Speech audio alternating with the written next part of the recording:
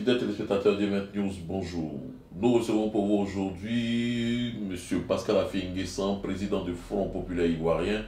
Il est de passage à Paris. Nous allons profiter pour lui poser quelques questions pour vous. M. Pascal Affi-N'Guessan, bonjour. Bonjour. Avant de commencer d'emblée, nous allons commencer par une question directe, une réponse directe. Laurent Gbagbo, il est parti, il a créé le Parti des peuples africains.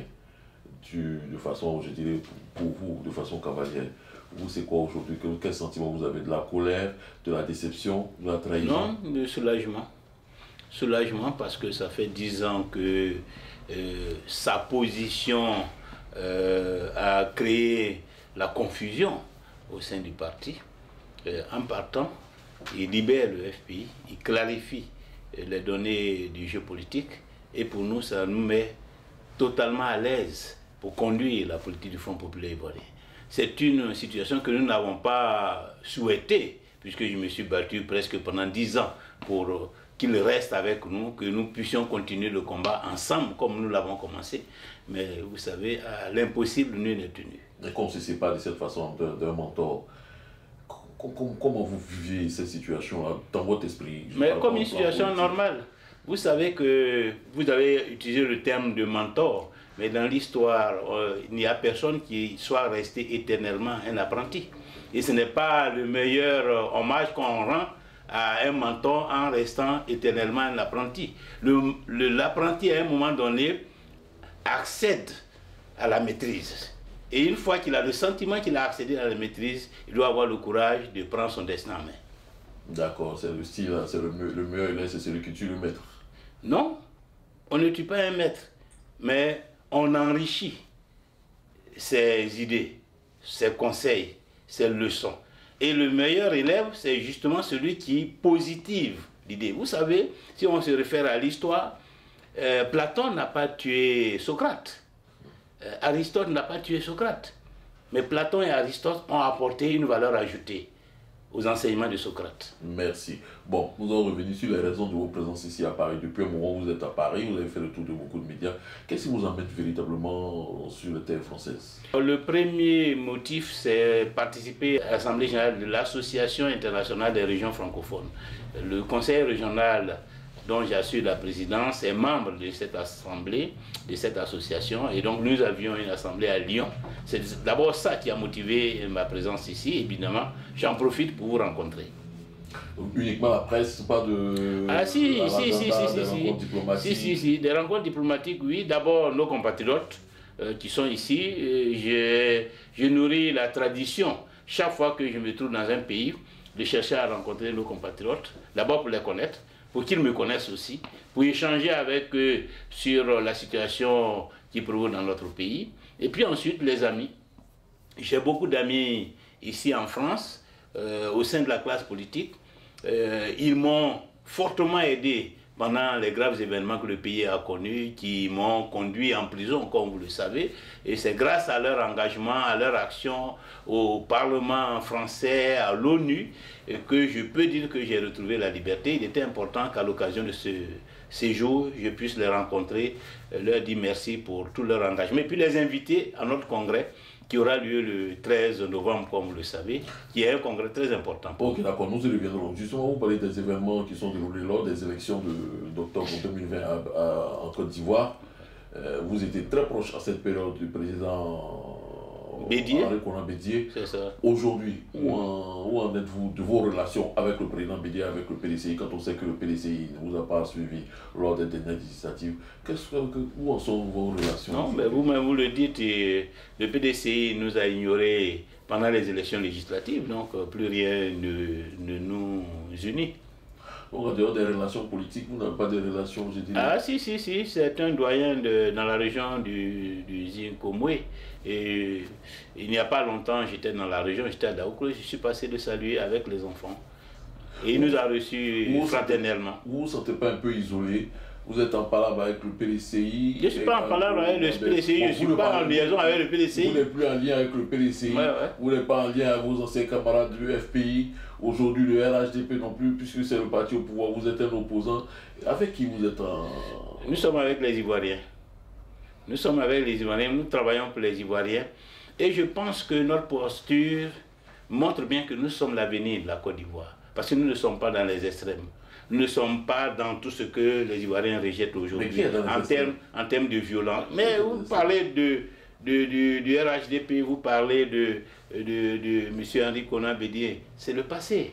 Nous sommes l'avenir. Et c'est pourquoi nous ne sommes pas avec le passé. Donc aujourd'hui, pour vous, vous estimez que vous êtes la partie la plus intéressante de la classe politique ivoirienne. Vous avez failli employer un terme. La partie la plus intéressante de la population ivoirienne qui... Bon, passer cet instant de détente, est-ce que, sérieusement, parlons sérieusement, quand on est en difficulté avec ses amis, ses anciens camarades du FPI qui sont partis avec le charismatique Laurent Gbagbo, quand on s'est séparé d'un allié aussi important que le PDCI et qu'on a en face de soi le RHDPI qui est une structure politique aujourd'hui qui s'est construite, qui est devenue solide, comment vous pouvez espérer pouvoir prendre le pouvoir en 2025 quand vous avez annoncé votre... Le pouvoir, c'est le peuple qui le donne. Ce n'est pas le RHDP qui donne le pouvoir, ce n'est pas le PDCI qui donne le pouvoir. Ce n'est pas M. Laurent Gbagbo qui donne le pouvoir, c'est le peuple qui le donne. Donc, et il le donne parmi tous les candidats qui vont se présenter. Ils peuvent être 30, ils peuvent être 50, ils peuvent appartenir à 10 partis ou à 30 partis, mais ils feront le choix d'un homme avec sa vision, son expérience, son rapport avec la société ivoirienne. Et dans ce domaine-là, et c'est sur cela qui fonde ma sérénité. Parce que je sais qu'au-delà de ces adversités, c'est le peuple qui a le dernier mot. Et le peuple sait reconnaître parmi tous ceux-là celui qui mérite de le guider. Du fait de sa vision, du fait de son style, du fait de sa pensée. Et moi aujourd'hui, je considère que ce que je fais pour la Côte d'Ivoire, c'est ce que les Ivoiriens souhaitent. Ils veulent la paix, ils veulent l'unité nationale, la réconciliation nationale. Ils veulent un président qui va rassurer tout le monde, qui n'est pas dans la division, dans le tribalisme, dans un certain nombre de situations qui sont à la base de la crise, des différentes crises que le pays a connues. Et moi, je veux incarner cela. Je veux incarner la nouvelle Côte d'Ivoire. Celle de la fraternité, celle de l'unité nationale, celle du progrès pour tout le peuple de Côte d'Ivoire. Et comme j'en suis convaincu, c'est pourquoi je suis serein. Et que je reste aux murmures, aux bruits qui sont faits autour, aux accusations farfelues que certains... Je reste sourd à ça parce que je sais, je connais le peuple de Côte d'Ivoire. Ça fait 20 ans que je suis à la tête de ce parti. Grâce à cette position, j'ai fait le tour de toute la Côte d'Ivoire. Aujourd'hui, avec qui vous vous sentez compatible dans la classe politique ivoirienne? Mais je serai compatible avec tous ceux qui rejoindront cette posture. Parce que de mon point de vue, les uns et les autres peuvent se fourvoyer. Et à un moment donné, ils peuvent rejoindre la voie de la paix. Vous vous sentez compatible avec qui? Simon Gbagbo, Blé Goudé, vous vous sentez compatible avec qui exactement? Ce n'est pas les individus qui comptent, c'est les postures politiques qu'ils prennent. Si demain, Simon Gbagbo, Blé Goudé, Bédié, Ouattara adoptent une posture qui va dans le sens des intérêts de la Côte d'Ivoire, de la paix, de la réconciliation nationale, je suis compatible avec tout cela. Donc demain, il ne faudrait pas qu'on se surprenne, bien qu'on soit étonné que Pascal Affi N'Guessan, le Front populaire ivoirien, s'allie au RHDP. Si c'est cela qui est la voie de la réconciliation, la voie de la paix en Côte d'Ivoire, la voie du progrès économique et social de la Côte d'Ivoire, nous n'avons aucune exclusion, nous n'excluons rien. Ce qui nous guide, c'est l'intérêt national. À voir vos différentes démarches et vos passages souvent parlé, beaucoup diraient que le président Pascal Affi N'Guessan, par rapport à l'élection de 2025, cherche ses amis à l'étranger, particulièrement en France, en Occident. Est-ce que vous n'êtes pas en train de devenir certainement peut-être le probable candidat des étrangers ou le candidat de l'étranger? Mais je suis le candidat de la Côte d'Ivoire, mais la Côte d'Ivoire est dans le monde. Et c'est ce que certains oublient. Certains croient que la Côte d'Ivoire est un pays perdu dans la nature. La Côte d'Ivoire est dans le monde. La Côte d'Ivoire a des relations diplomatiques, économiques et sociales avec tous les pays du monde, en particulier avec la France. Et donc, il ne faut pas ignorer cette réalité. L'économie ivoirienne est détenue à l'heure actuelle, dans une grande partie, par les opérateurs d'économie français. Donc, pendant que nous construisons une économie dirigée principalement par nos compatriotes, parce que c'est sur eux que nous devons bâtir l'avenir de la Côte d'Ivoire, il faut entretenir ceux qui sont avec nous, qui participent au développement de notre pays. Il ne faut pas leur tourner le dos. Et ça, ce n'est pas valable uniquement pour la France, c'est valable pour tous les pays. C'est valable pour le Maroc, qui aujourd'hui est un acteur important dans l'économie ivoirienne. C'est valable pour la Chine, c'est valable pour la Turquie. Partout où la Côte d'Ivoire a des intérêts, le chef de l'État de Côte d'Ivoire doit être présent et doit être sensible à la qualité des relations avec ces pays-là. Voilà. Parce que nous devons tirer toutes les opportunités, profiter de toutes les opportunités qui s'offrent à nous. Vous avez déjà annoncé votre candidature pour 2027. Est-ce que ce n'est pas un peu précipité quand on sait qu'on est encore à 5-4 ans de l'échéance? La question m'a été posée, donc j'ai répondu la réponse. Si le journaliste avait attendu 2023, j'aurais répondu en 2023. Mais il me pose la question aujourd'hui, et étant donné que ma position est déjà prise, je l'annonce aujourd'hui. Je n'ai pas besoin de tricher avec cette question. Je n'ai pas de complexe à avoir. Dans tous les cas, je dis que la décision appartient aux organes du FPI. Ce sont eux qui vont décider, notamment le Congrès. Mais moi-même, je suis à la disposition du parti et je suis prêt à porter les couleurs du parti. Donc le Congrès sera juste pour votre candidature?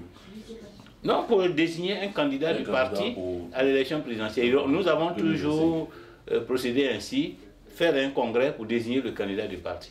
Nous allons ensemble revenir, nous avons abordé la question des relations avec le Bédié et le PDCI qui sont gâchés, le RHDP vous dit, nous n'avons aucun complexe demain d'avoir des alliés avec le RHDP. Donc aujourd'hui, vous êtes ouvert à tout type d'alliance aujourd'hui en Côte d'Ivoire pour la conquête du pouvoir. Pourvu que cela contribue à faire avancer la Côte d'Ivoire. Ça, c'est ça qui est fondamental.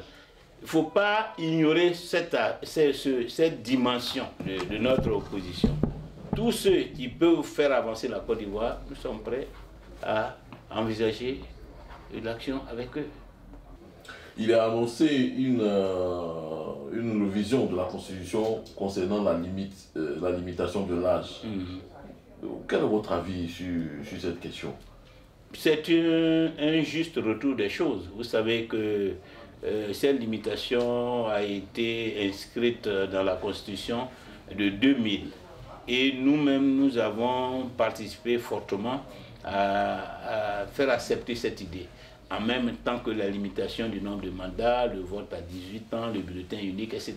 Un certain nombre de formules de modernisation de la vie politique nationale. C'est le président Ouattara qui, en 2016, a fait sauter ces dispositions. S'il se ravise et qu'il décide de le ramener, ou si des parlementaires décident de réinscrire ces dispositions, cela va dans le sens de ce que nous avons dit et nous soutiendrons fortement cette initiative constitutionnelle. Donc vous jugez que ce n'est pas ringard? Ce n'est pas du tout ringard. C'est nous-mêmes qui avons dit qu'il faut moderniser. Il y a des exemples de personnalités qui ont plus de 75 ans, qui sont vieux, qui sont âgés, qui dirigent leur pays. Bien sûr, mais ce n'est pas la Côte d'Ivoire. Ils n'ont pas eu de rébellion armée dans leur pays. C'est sur la base de quoi vous estimez qu'il faut limiter l'âge? Mais sur la base de ce qu'il ne faut pas donner l'occasion aux uns aux autres de s'éterniser au pouvoir. Parce que lorsqu'on reste trop longtemps au pouvoir, d'abord on est usé, et ensuite on finit par se confondre avec le pouvoir et avoir une attitude qui bloque ou entrave la démocratisation du pays. Donc il faut que la classe politique s'habitue aux alternances. Voilà. Et que progressivement nous arrivons même à en faire une culture. À savoir qu'aucun chef d'État ne peut faire plus de 10 ans à la tête du pays. Mais est-ce que cette limitation d'âge-là, aujourd'hui, n'est pas une manœuvre pour le RHDP, le parti au pouvoir, d'essayer d'éliminer ou d'éliminer Laurent Gbagbo et le président Henri Konan Bédié? Voilà, pour la présidentielle de 2025, est-ce que c'est pas une manœuvre? C'est pour exclure de la vie politique tous ceux qui ont plus de 115 ans. S'ils sont concernés, mais ils sont concernés. Voilà.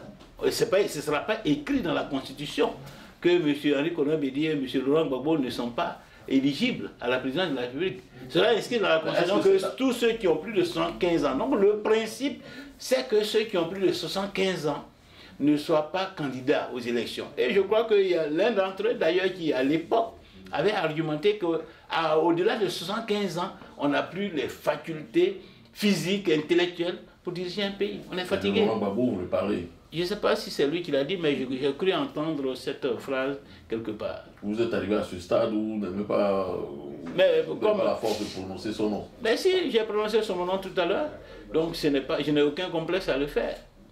Ok, d'accord. Si vous dites, vous vivez pas ça comme une manœuvre politique de la part du parti au pouvoir d'éliminer ses adversaires lors des futures élections. Ouais. Bon, vous êtes candidat pour 2025.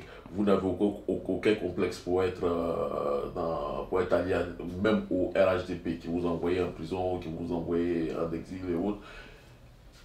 Aujourd'hui, qu'est-ce que vous voulez proposer aux Ivoiriens? Bon. Quand on sait que vous avez été longtemps dans l'ombre de Laurent Gbagbo, quand on sait que subitement on vous a vu représenter, aujourd'hui vous proposez quoi aux Ivoiriens? Tout à l'heure vous avez évoqué mes déboires avec le RHDP comme étant des éléments qui peuvent justifier une position politique. Moi je ne suis pas dans ce contexte. Je ne suis pas dans la logique de vengeance personnelle. Voilà. Les péripéties de la vie politique, les situations difficiles participent de la lutte pour instaurer un ordre politique acceptable. Et je ne m'enferme pas là-dessus pour bloquer l'évolution de la Côte d'Ivoire, pour m'engager dans des logiques de règlement de compte. Quand je ne suis pas d'accord, je le dis. Et je suis prêt à prendre tous les risques pour le dire. Mais si, au-delà, une fois que nous sommes sortis de la crise, je ne bloque pas l'avenir de la Côte d'Ivoire en m'enfermant dans des logiques de confrontation permanente, de radicalité permanente. Comme certains le font, puisqu'ils sont centrés sur eux-mêmes et que jamais ils ne regardent l'intérêt national. Quand l'intérêt national commande que je m'ouvre au parti au pouvoir, parce que c'est en m'ouvrant au parti au pouvoir que nous pouvons ensemble débloquer la situation, que nous pouvons ensemble faire avancer la Côte d'Ivoire vers la paix et la stabilité, je m'ouvre au parti au pouvoir. Vous avez dit tout à l'heure que j'ai représenté le président Ouattara à Accra. Non, je n'étais pas à Accra pour représenter le président Ouattara. Le président Ouattara a suffisamment de cadres pour se faire représenter à une cérémonie. Et puis, quelle signification serait que le président Ouattara désigne le chef un dirigeant de l'opposition pour le représenter? J'étais à Accra au nom du Front populaire ivoirien. L'acte de décrispation que nous avons tenu à poser, c'est d'aller ensemble. Et cela me l'a été demandé avec insistance par feu le Premier ministre Ahmed Bakayoko.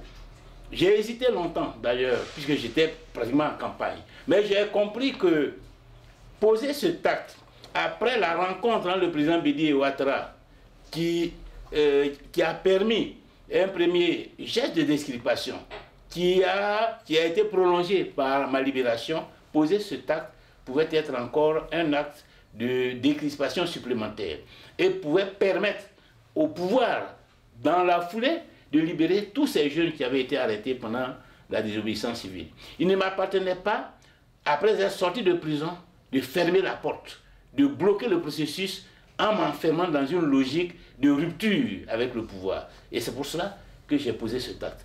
Un acte d'ouverture pour permettre au gouvernement de continuer, d'avoir confiance et de continuer à libérer ceux qui sont en prison.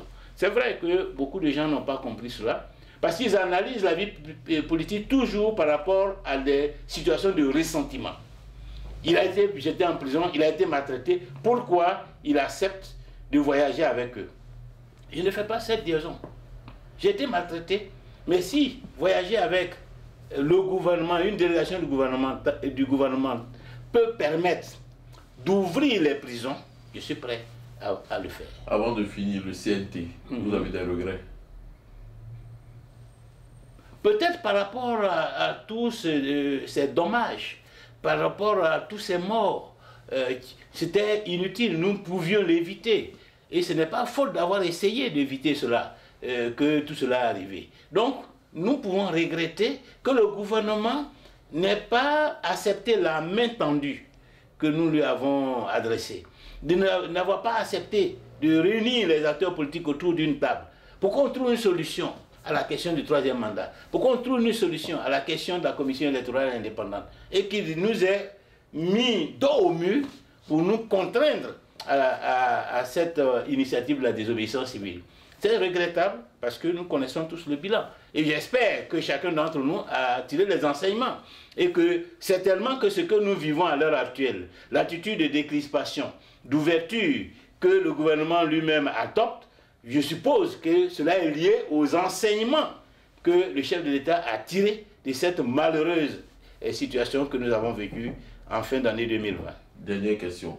Si on vous mettait dans une salle avec le président Alassane Ouattara, le président Laurent Gbagbo et le président Henri Konan Bédié, que leur direz-vous?